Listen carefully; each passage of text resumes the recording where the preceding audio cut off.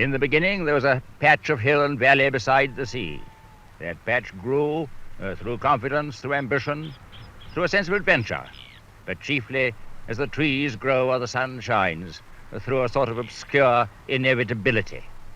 Ultimately, it stretched from the Atlantic to the Tigris. It reached the Emperor of China. It was the world. Then it crumbled. Colony after colony fell away from it.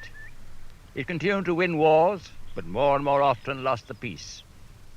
Its citizens worked less and depended more and more upon welfare and having a good time. Its civil service grew larger and larger and interfered increasingly with everyday life.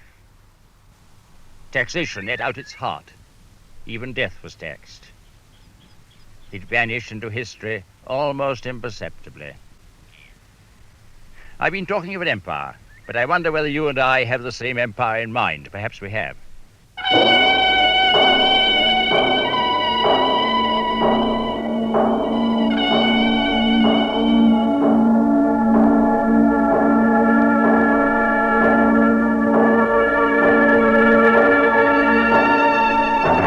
I've been speaking, of course, of ancient Rome, the Rome which gave us London and York, and codes of law and highways and drains, and an alphabet and a few snatches of Virgil. The Rome which gave us factories and post offices and the changing of the guard and soap. The Rome which first gave us civilization and then taught us how to misuse it. The Rome which survives in nostalgic romance and in enduring concrete, and as a compulsory subject in schools and universities, which is perhaps a part of that concrete. Roman Britain, Hadrian's Wall in Northumberland 18 centuries ago, the furthest northern frontier of the Roman Empire. See how the hand of Rome reaches out and plunges its long fingernails into the English landscape. Beyond this wall, tribal barbarians. Behind it, you could be a citizen whatever your race. You had law, towns, central heating, the bricks of civilization. Between the savages and the soap stood this wall, and along it the frontiersmen of civilization. Italians, Frenchmen, Germans, Hungarians, Spaniards, even Shropshire lads and men of Devon, all in Roman uniform. Think of them peering northwards into the moorland mists, where at any moment the shapes of barbarian enemies might loom up like ghosts. Hadrian, the builder of this wall, wrote poetry on his deathbed. For 300 years, the wall made peace and poetry possible. Then the barbarians won. The wall alone remained, rib of the imperial skeleton. Its busy fortresses faded into memory and then into forgetfulness.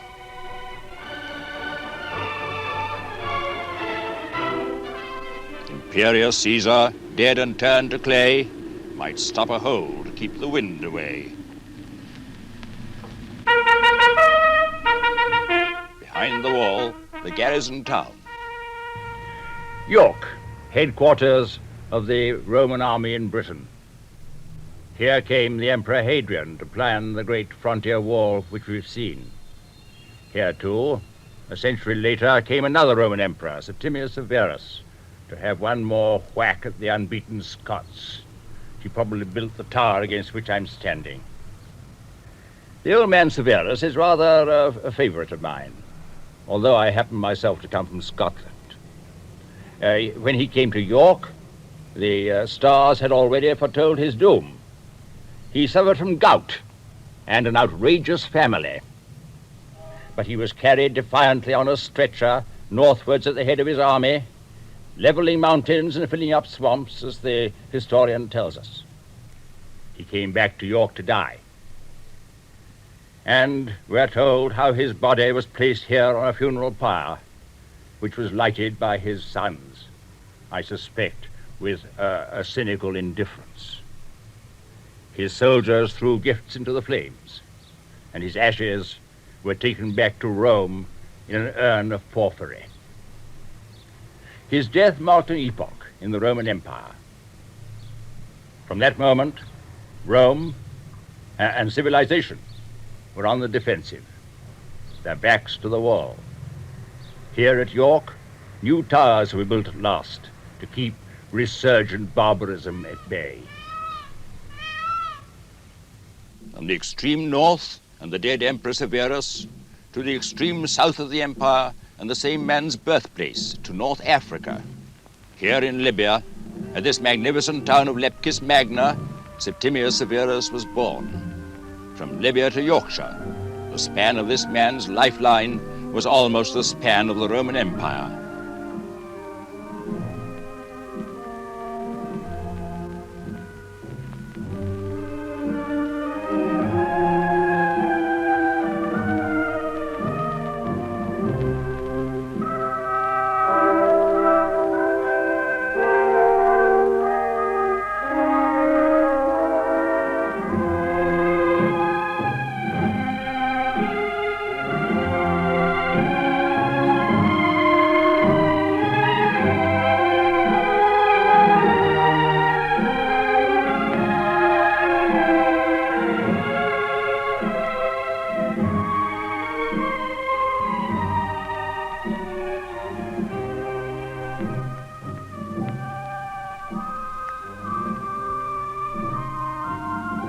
Yet even Leptis Magna did not quite complete the span of Rome. 400 miles south from Leptis on the coast, in the deserts of the Fezzan, stands a lonely tomb, furthest monument of Rome's greatness. Here in Africa was once the granary of Rome. Roman dams stored up the rain. African corn and olives filled the markets of Rome. Then Rome fell. The sand sea engulfed the scene. In our time, other empires have come this way.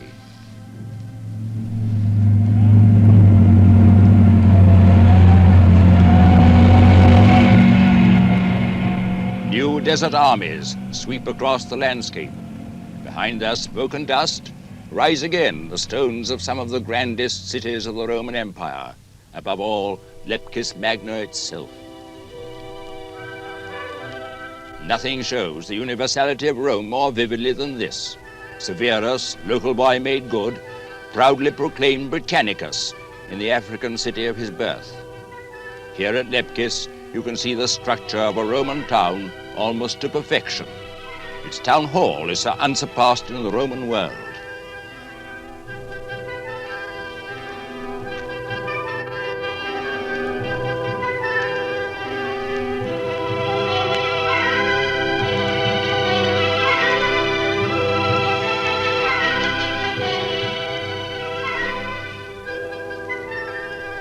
Indeed, imperial ambition sometimes o'erleapt itself. The harbor is a triumph of grandeur over actual need. It's silted up almost at once, and the mooring blocks remain unused, a Roman folly.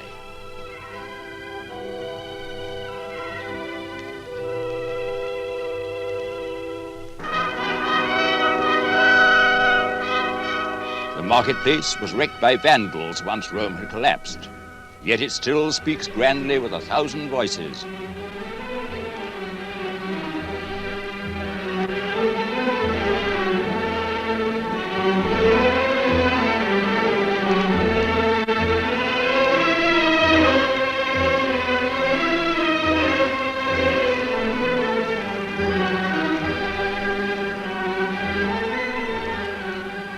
Another market is more homely in its eloquence. Here are the grooves where Roman knives were sharpened. There the standard measures of length, like those which another empire has placed in London's Trafalgar Square. For volume, the shopkeeper filled up one of these containers and you held your bag underneath. Bread in the marketplace, music hall or drama next door.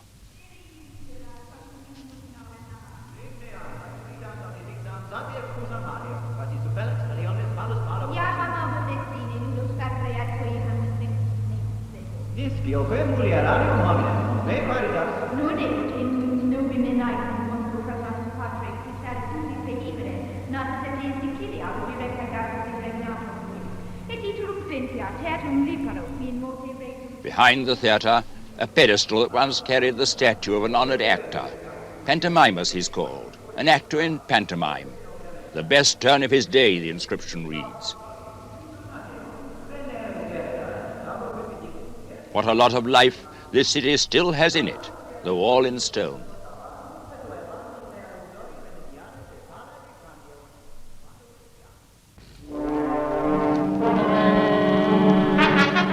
now for the western and eastern boundaries of this vast empire.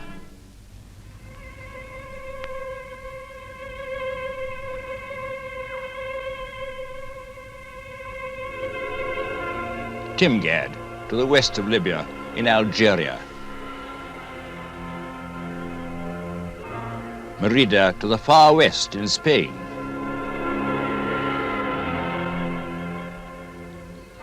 And to the Near East, in Jordan, Jerash. In the Lebanon, the famed magnificence of Baalbek. Everywhere Romans ruled and traded, legions marched. Arches and pillars framed the imperial pattern.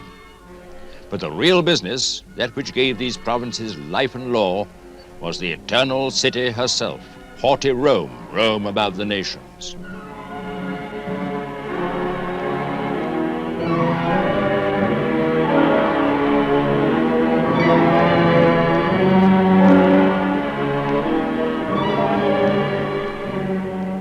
Look down on a shell and conjure up the imperial city when emperors reigned. 1 million people and more, thriving on excess of every kind, including that of martyrdom.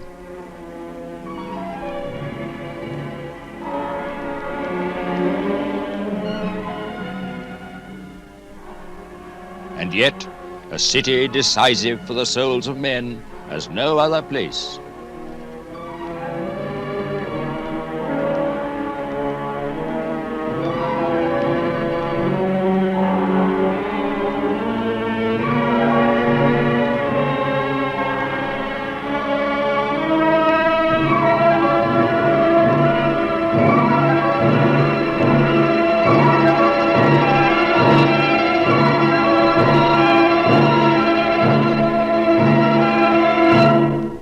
Perversely, it is a mild philosopher, Marcus Aurelius, who surveys the city from one of its 7 hills with an unconvincing gesture of command, an emperor no longer sure of empire, a puzzled university don. But there's an accidental rightness about his posture. His back is turned to the Forum. Say what you will, the Roman Forum is a mess. Once the hub of the civilized world, the Forum today bears the likeness of an excoriated cemetery. Grandeur is a hard word to fit to it. Yet, strangely, grandeur is there.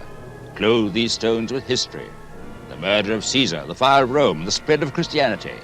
And you hand any man the fabric of his own past. This is indeed the graveyard of an empire. The temple of fame stands upon the grave. The flame that burns upon its altars is kindled from the ashes of great men.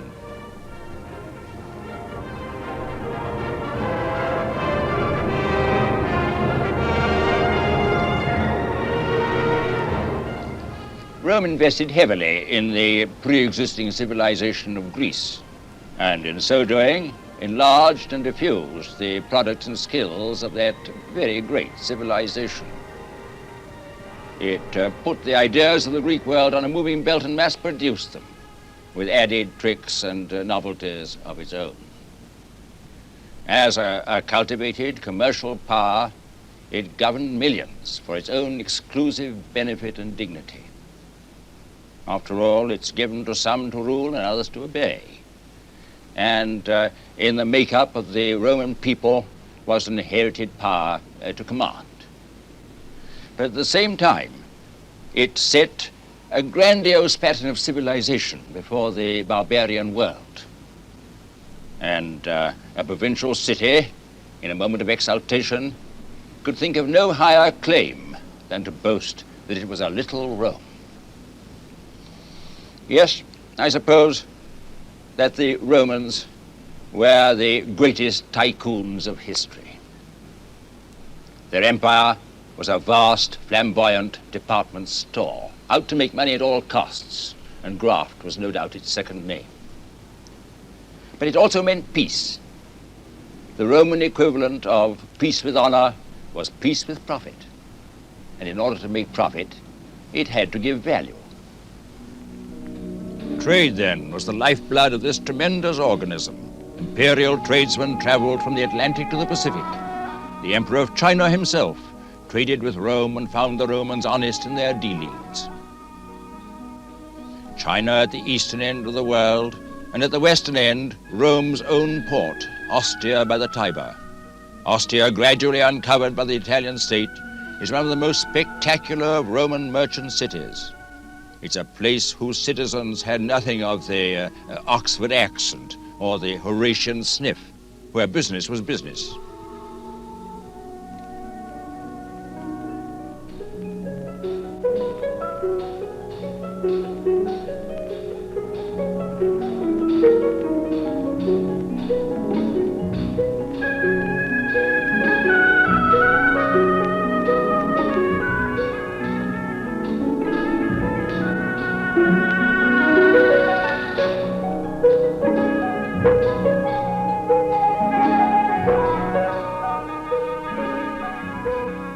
In the heart of the town were the shipping companies. The mosaic floors tell us their names and the commodities, the ports with which they traded.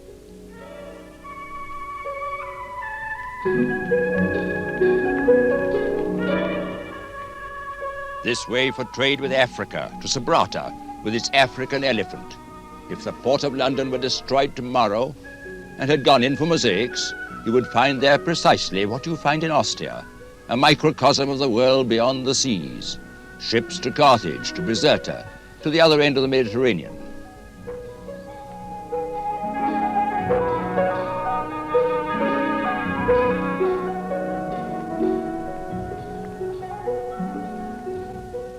Even Ostia's own river delta was recorded in mosaic and reminds us how the port died. It silted up and was left high and dry.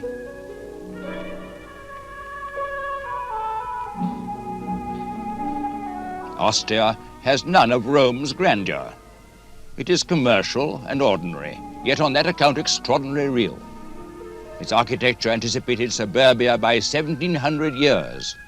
Those years have mellowed and perhaps improved it. It had its moments. Well-to-do merchants, instead of mock Tudor and monkey-puzzled trees, on occasion displayed a mass-produced art of a certain elegance.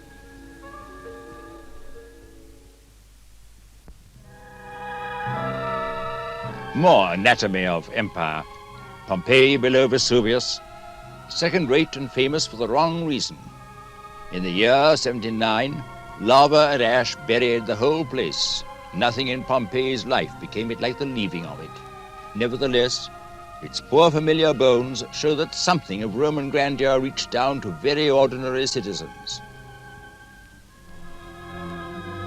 Straight streets planned and paved to pattern, equipped even with a Roman version of our zebra crossings.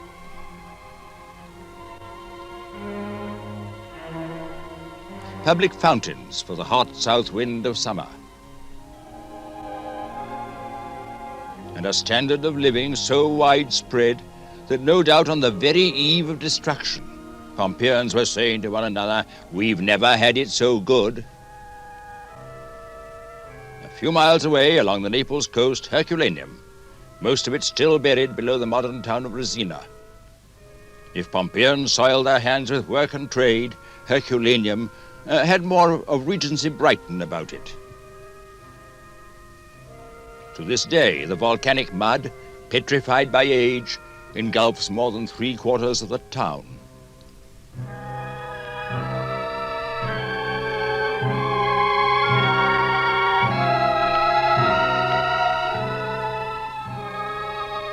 Here again, the characteristic Roman discipline of straight streets.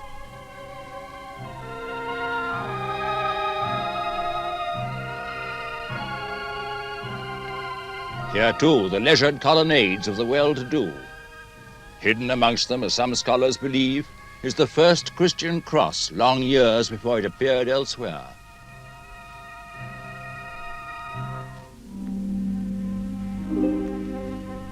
But the provincial grandeur of Rome spread through a great part of Europe. Of it all, give me the great cities of Provence. Provence, the province par excellence, shaped and colonized by the Romans.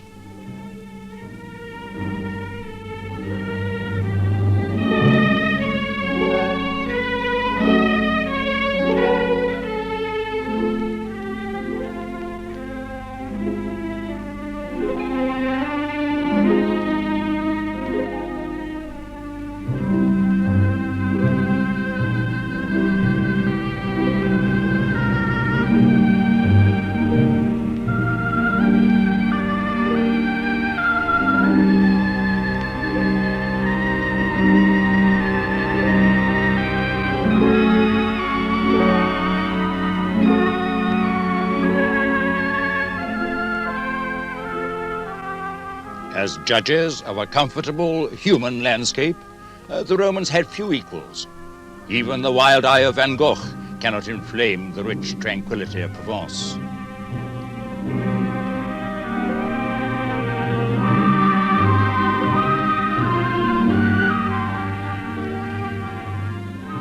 The Romans were less fierce than he in their Provençal affections. To them, the province supplied quiet, intelligent leisure, time to think between meals, which is, after all, a pretty good definition of civilization. These vineyards of Provence call to mind the ancient wines that are still fished up from time to time from Greek and Roman wrecks along the Provençal coast. But above all, they remind one of the fact that France in origin owes her vineyards to the Romans. In fact, the oldest vintage wine known to me in history is recorded from a Roman town in the south of France, where the jar that contained it is labeled in Latin, "I am 5 years old." But that's not all. The whole Provençal landscape seems to me to have about it something of a living Roman quality. It may be that the Provençal speech retains a Latin ring, as indeed it does. It may be that the old Roman amphitheaters hereabouts are still used for blood sports of a Roman kind, and that the Provençal crowd reacts to them in an unreflective Roman way. But again, that's not the whole story. The tall black cypresses and the tall white columns and buildings belong together as by traditional right. And close beneath the picturesque casualness of the modern Provençal town lies the discipline of Rome, and somehow one is conscious of it.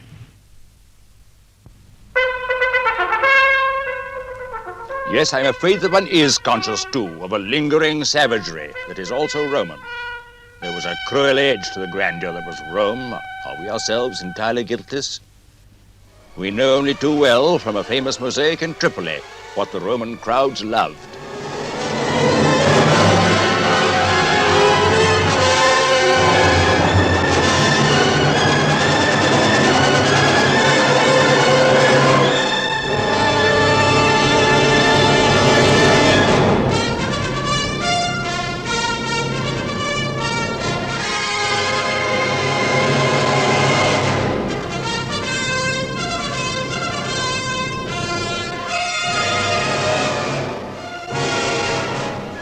Whole paraphernalia of ancient barbarism, wild beasts, the feeding of prisoners to lions, gladiators fighting to the finish, the ominous funeral beer for the loser, and an orchestra with trumpets and pipe organ for background music. Translate this to the same Roman amphitheater in our own time at Arles or Nîmes.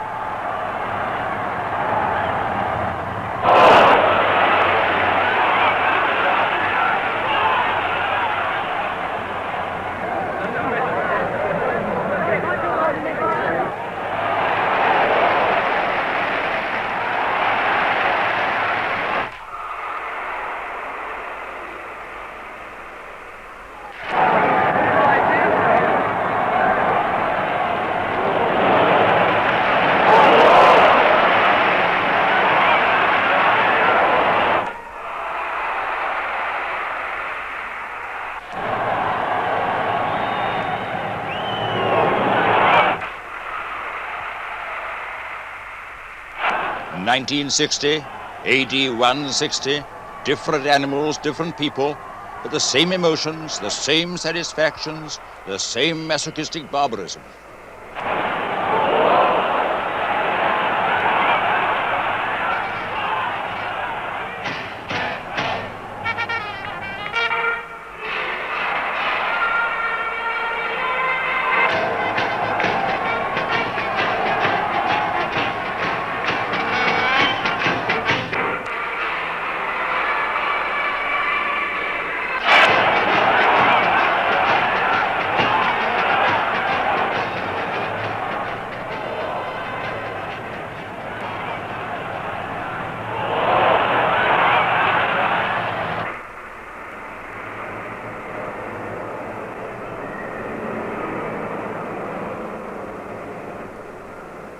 mass emotion. We too have our frenzied cup ties, our boxing championships, our blood sports. We follow where Rome led. The Roman Empire was there before us. But what, after all, did all this really amount to? What did that Roman Empire mean, apart from wide areas of Europe, Asia, and Africa, and uncounted millions of assorted human beings?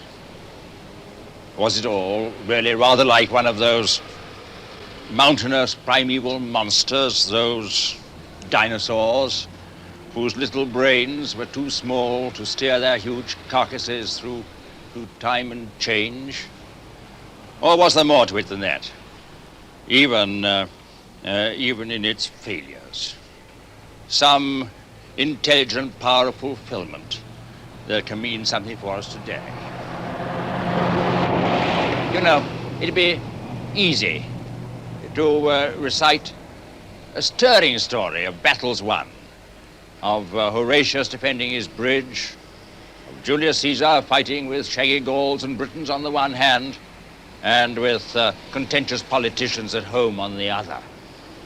But that sort of two-way battle has been the job of successful generals through the ages. Or it would be easy to add up miles of Roman road and acres of Roman town planning and to leave those Romans as successful engineers and plumbers. But after all, there were good engineers and excellent plumbers long before the Romans, and there have been a few since. No. Those Romans had something very much more than all that. Something more than military prowess. Something more than civic discipline and codes of law. In religion, they gave us the empire of the early Christian church. In art, they gave us the first romantic movement, pulling mankind out of the studios and setting him squarely on the landscape. Surely that was their grandest achievement. First, they brought men and women down to earth, and then gave them the prospect of a new heaven.